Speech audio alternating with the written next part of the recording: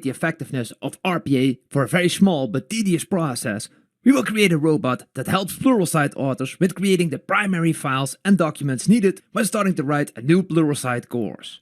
When we execute this process manually, at 10 times speed, that would look something like this. First we create the root folders and the folders for the modules. Then we copy a PowerPoint file over to each map. We change the name of the PowerPoint file to the name of the module. And finally, we open up the PowerPoint and we insert a new title. And this entire process takes us exactly 3 minutes. And we have to execute this for every course we create. Now of course we want to automate this process, so we don't have to do it every time we have a new. We will create a robot that helps Pluralsight authors with creating the primary files and documents needed when starting to write a new Pluralsight course. When we execute this process manually, at 10 times speed, that would look something like this. First we create the root folders and the folders for the modules. Then we copy a PowerPoint file over to each map. We change the name of the PowerPoint file to the name of the module. And finally, we open up the PowerPoint and we insert a new title. And this entire process takes us exactly 3 minutes. And we have to execute this for every course we create. Now of course we want to automate this process, so we don't have to do it every time we have a new Pluralsight course that we want to start. So in order to do so, first let's check what files we have. First of all, we have an Excel file, which basically contains all the courses and the modules that we are creating. We also have a PowerPoint file, which is the basic file that we will be copying into the different folders. Now for demo purposes, I'm not going to go through every detail of the robot we are about to create. It's just to illustrate the efficiency that you might gain by creating simple robots for repetitive tasks that you have. Now what we want to do is we want to start up UiPath Studios, which is a tool used for business users that can actually automate some of their processes that they do on a daily basis. We want to create a new task, and let's just call this Pluralsight Demo. And what we want to do is we want to create folders and files based on an Excel sheet that we have been provided by Pluralsight. Alright, so let's go ahead and create. Then UiPath Studio has something called a project notebook, which is a file that contains all the references you might need in your project. Now if you look at this sheet under the tab File, you will have a location in which you can store the files that you will be using in your project. In this case, all the logic will be in the Excel file, so we'll just be using that. So we'll go to the folder and copy the path of the file over and just paste it in the Excel sheet. Now when we go back to UI Studios, we can start creating our robot.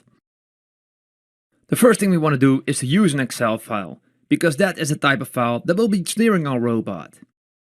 So we select the Excel file, which is located on the desktop, which I know is not best practice, but will do for demo purposes. Now we want to make sure that we don't create the file if it does not exist. And the next thing we want to do is, based on this Excel file, create a folder. So we select the action, create folder. And in order to tell the robot what folder to create, we will tell it to look in the project notebook, specifically the file folder. We copy that over because we might need that later.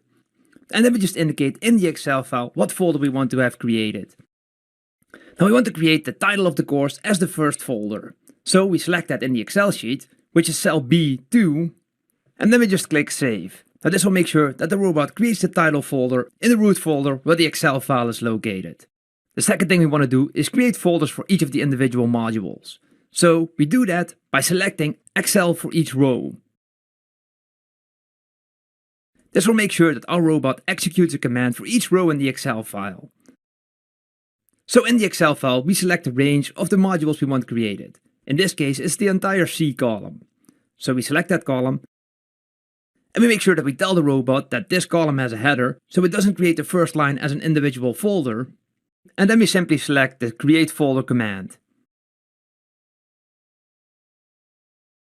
There we build up the folder as follows. First we take the root folder again, which is the folder where the Excel file is located. And the second part of the path is the title of the course. And then the actual folder that we want to create is the current row called modules. So we save that, and now our robot should create folders for each individual module in our course. But let's not stop there. We also want the robot to copy over the PowerPoint file and make sure that it has the right titles for us to start creating our courses. So we open up the PowerPoint file, and in UiPath, we simply give the command use application. Then we tell UiPath to use the PowerPoint application we just opened by simply visually selecting that. Then as a parameter, we give it the file that we actually want to work on. So in this case, that's the root folder plus the empty PowerPoint presentation we created. Then within that presentation, the first thing we want to do is issue a click command, so we get focus on the title text we want to change. So we select click, and visually just tell UiPath what part of the presentation we want to change. So we select the course module title, and we click confirm. Then the second thing we want to do is actually type text. So we select the type into command. And again, we select the module title, and this will insert the text that we want. And we tell the robot that the title should be the current row in the Excel sheet that we're working on. So that's the modules column. And we also want to make sure that we keep things clean, so every time we type text into a field, we tell the robot to clean up any text that might have been there beforehand. Then the last thing we want to do is again issue a click command to simply click the save button. So our robot is almost complete. The last thing we have to do is to make sure we copy the PowerPoint presentation over to the individual folders that we created and rename it so it fits the title. So we do this by the copy file command. Again, this works in the iterations we have in the Excel sheet. So as a source, we select the empty PowerPoint presentation. And as a destination, we build up the path as follows. First, we take the root folder. Then we take the course title from the Excel sheet. Then we'll go to the folder of each individual module. And finally, we give the file the name of the module and the PowerPoint extension. Alright, that was it for a robot. Let's click save and see if it runs correctly. So UiPath is running through all the different commands that we inserted into the robot. Alright, so let's see if that was successful. When we go to the folder, we see that the root folder has been created, and we notice that all the individual module folders have also been created. When we open up a PowerPoint, we can see that the title has changed and we can start working on this course.